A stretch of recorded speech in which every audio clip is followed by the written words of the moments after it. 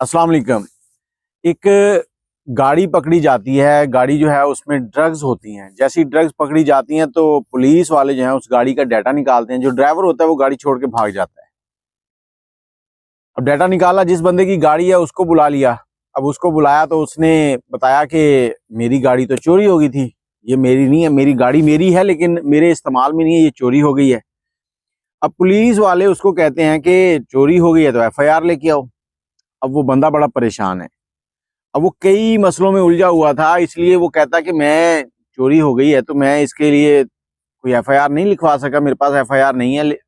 जब उसको प्रेशर दिया गया कि अगर तुम एफआईआर नहीं देते तो ये जो मुद्दा है ये तुम्हारे गले पड़ जाएगा, तो फिर उसने पुलिस को हकीकत बतानी शुरू की। और वो हकीकत क्या थी आप भी जरूर सुने, ताकि आप लोग भी ऐसे किसी मसले का शिकार ना हो जाएं।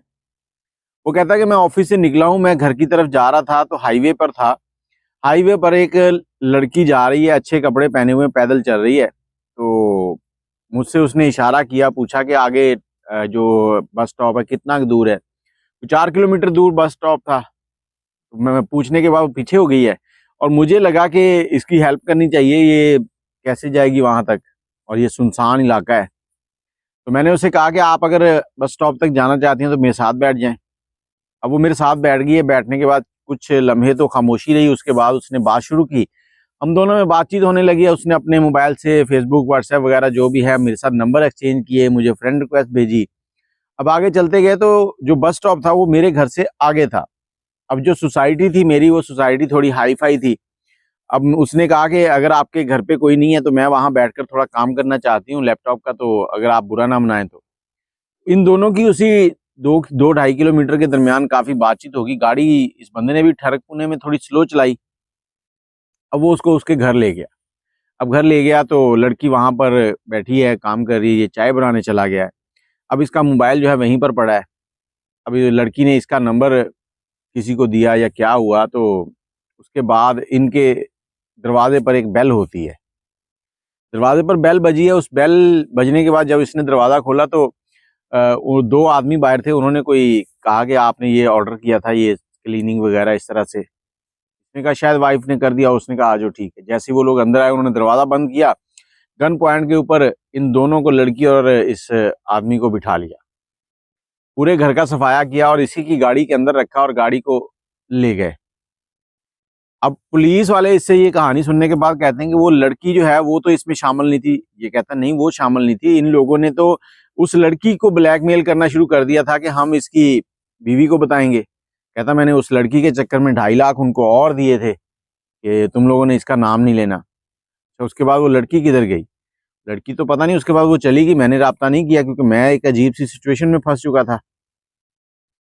अब गाड़ी चली गई, गाड़ी में ड्रग्स पकड़ी गई, लड़की इसमें इन्वॉल्व थी। पुलिस वालों ने कहा अच्छा तुम्हारे पास उसका नंबर था, तुमने कहा उसका नंबर वगैरह लिया था, नंबर दो। अब उस नंबर को ट्रेस किया गया तो नंबर उसी इलाके में एक हॉस्टल था, वहां पर एक लड़की के पास था। पुलिस पहुंच गई वहां पे। पुलिस ने उस लड़की को उठाया, उठाकर ले आए थाने में। इस बंदे को सामने बिठाया। बंदा कह रहा है ये लड़की नहीं है, ये तो कोई और लड़की है। उन्होंने कहा जो तुमने नंबर दिया है वो इसी के नाम पे है, यही लड़की है। उसने कहा नहीं वो और लड़की थी। अब उन्होंने कहा कि जो नंबर आपने दिया उसकी लोकेशंस उन्होंने उन्हीं दिनों की ट्रेस करनी शुरू कर दी। वो नंबर नया नया एक्टिव हुआ था और उसी हॉस्टल के अंदर की लोकेशंस। अब उस हॉस्टल के अंदर की लोकेशंस हैं, पता करना शुरू कर दिया कि क्या मामला है। अब इस बंदे ने कहा कि ये लड़की नहीं है, तो फिर पुलिस ने कहा कि उसका हुलिया बताओ। अब इसने उसका पूरा हुलिया बायोडाटा बताया कि इस तरह से वो लड़की, इतना कद था, इस तरह का रंगत थी, इस तरह की आंखें थी। और ये सारी चीजें जब बताई तो वो लड़की कहती कि इसी तरह की लड़की कोई 2 हफ्ते पहले हमारे हॉस्टल में आई है। 2 हफ्ते पहले हमारे हॉस्टल में आई है और उसने इस तरह से ये कहा कि मेरे पास सिम नहीं है, आप मुझे सिम ले दो। तो हमने उसे सिम ले दी। अब उस लड़की ने इस एक लड़की से सिम नहीं ली होगी, कई लड़कियों से सिमें ली होंगी। अब उसने सिमें ली, उसके बाद इनके साथ जान पहचान थी। फिर वो वहां से हॉस्टल जब उसने छोड़ा है तो फिर उसने कार्रवाई डाली है। अब ये बंदा अभी तक फंसा हुआ है, इसकी जान नहीं छूट रही। या तो ड्रग्स इसके जिम्मे है या फिर गाड़ी कहाँ से आई कहाँ गई वो सारी डिटेल दे। पुलिस अब लगी हुई है। तो फिर इसने एक और क्रू दिया। इसने कहा कि जब मेरी गाड़ी चोरी हुई थी तो मुझे 2 टूल प्लाजे के जो है ना वो आए थे मैसेजेस के, फलां फलां टूल प्लाजे से तुम्हारी गाड़ी गुजरी है।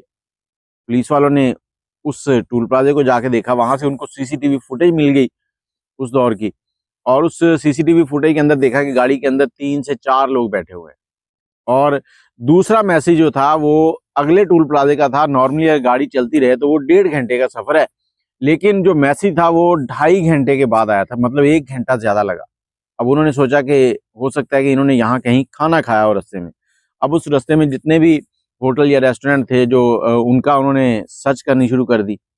अब उनको देखना शुरू किया और वहां पर उसी टाइमिंग के दौरान जितने भी बिल जो हुए थे उनको उन्होंने ले लिया।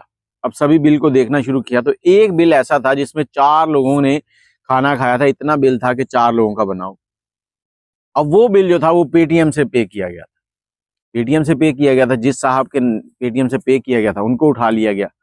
जब उनको उठाया गया तो फिर वहां से वो पूरे का पूरा गैंग पकड़ा गया। वो लड़की भी सामने आ गई जिसने ये सारी प्लानिंग की थी। अब ये लोग क्या करते थे, अब वो जो गाड़ी ड्रग वाली पकड़ी गई ना वो कोई और है, वो अभी भी नहीं पकड़ा गया। ये सिर्फ वो गैंग पकड़ा गया जो गाड़ियां इस तरह से घरों को लूटते थे, गाड़ियां चोरी करते थे और आगे जाके सस्ते दामों बेच देते थे।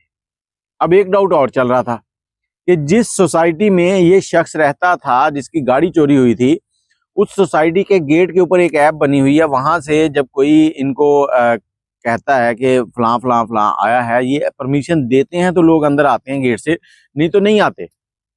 लेकिन इन साहब ने परमिशन भी नहीं दी। तो फिर पता चला कि इन्हीं के इस नंबर के ऊपर कॉल आई थी गेट से और इस मैडम ने रिसीव की जो इनके घर पहुंची हुई थी। उन्होंने रिसीव करके कहा कि इनको आने दें, ठीक है। तब वो दोनों लोग अंदर आए और अंदर आके उन्होंने पूरा सफाया किया। अब ये सारी की सारी कहानी कितनी उलझी हुई है, कितनी अजीब है। और वो बंदा बेचारा इसी चक्कर में कि वो लड़की उसके साथ थी, एफआईआर करवाता है तो बेगम के पंगे और बहुत से मसाइल, तो मियाँ बीवी दोनों ने चुप करके उसको बर्दाश्त किया। ये सारी स्टोरी आपको सुनाने का मकसद ये है कि जब भी आपके साथ कोई भी कांड होता है ना, तो उसमें भरोसा जरूर शामिल हो जाता है। और एक चीज और बताऊंगा कि मोबाइल को जब भी आप यूज करें, यूज करने के बाद एक तो किसी अनजान के पास मत छोड़ें।